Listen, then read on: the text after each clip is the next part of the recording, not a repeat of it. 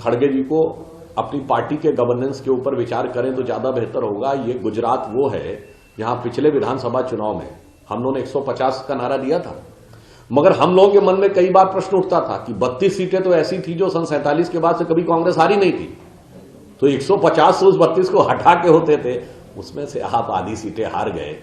तो मुझे लगता है कि उन्हें विचार करना चाहिए। और दूसरी तरफ 1995 के बाद से गवर्नेंस में जो गुजरात ने रिकॉर्ड स्थापित किए हैं, जब खड़गे जी की पार्टी की सरकार थी तब देश की प्रतिष्ठित पत्रिकाएं मोदी जी को बेस्ट चीफ मिनिस्टर बताती थी।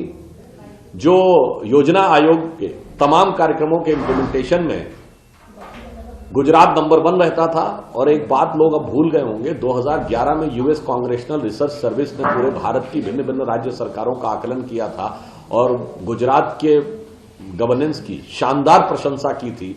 और मोदी जी के लिए एक वर्ड यूज किया था, लोग भूल गए होंगे, अब याद दिला देता हूं। 2011 यूएस कांग्रेशनल रिसर्च सर्विस की रिपोर्ट कि मोदी जी इज इनकरप्टेबल, मतलब शानदार गवर्नेंस कर रहे हैं और उसमें कोई भ्रष्टाचार करना संभव नजर नहीं आ रहा है। और दूसरी तरफ मैं आदरपूर्वक खड़गे जी से कहना चाहूंगा कि यदि आप अपनी पार्टी का गवर्नेंस देखें, ये जब से राहुल गांधी जी की न्याय यात्रा शुरू हुई है, वो गुवाहाटी से शुरू किए तो चौपाटी में देवड़ा जी ने पार्टी छोड़ दी। वो बंगाल पहुंचे तो दीदी ने मुंह मोड़ लिया। वो झारखंड पहुंचे तो सरकार तो बच गई, सीएम बदल गया। वो बिहार पहुंचे तो इंडी गठबंधन के सूत्रधार नीतीश कुमार जी उन्हें मझधार में छोड़ के चले गए।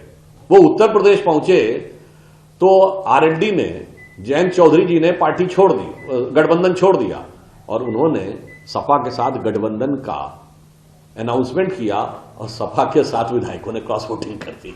तो मुझे लगता है उन्हें अधिक आवश्यकता अपनी पार्टी के गवर्नेंस पे, और अभी हिमाचल से तो थोड़ा दूर ही थे कि वहां क्या हुआ।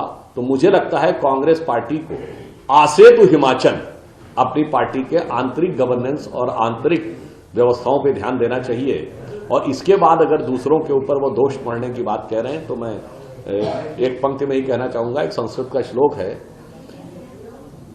कि खलह सर्षप मात्राणि पर छिद्राणि पश्यन्ति आत्मनो बिल्व मात्राणि पश्यन्नपि न पश्यन्ति। अर्थात जो लोग नकारात्मक प्रवृत्ति के होते हैं वो दूसरों में तो तिल की तरह छोटी छोटी चीजें ढूंढने का प्रयास करते हैं और अपने बेल समझते हैं ना, बेल की तरह बड़े बड़े दोषों को भी देखते हुए नहीं देख पाते। ये कांग्रेस के ऊपर उक्ति चरिता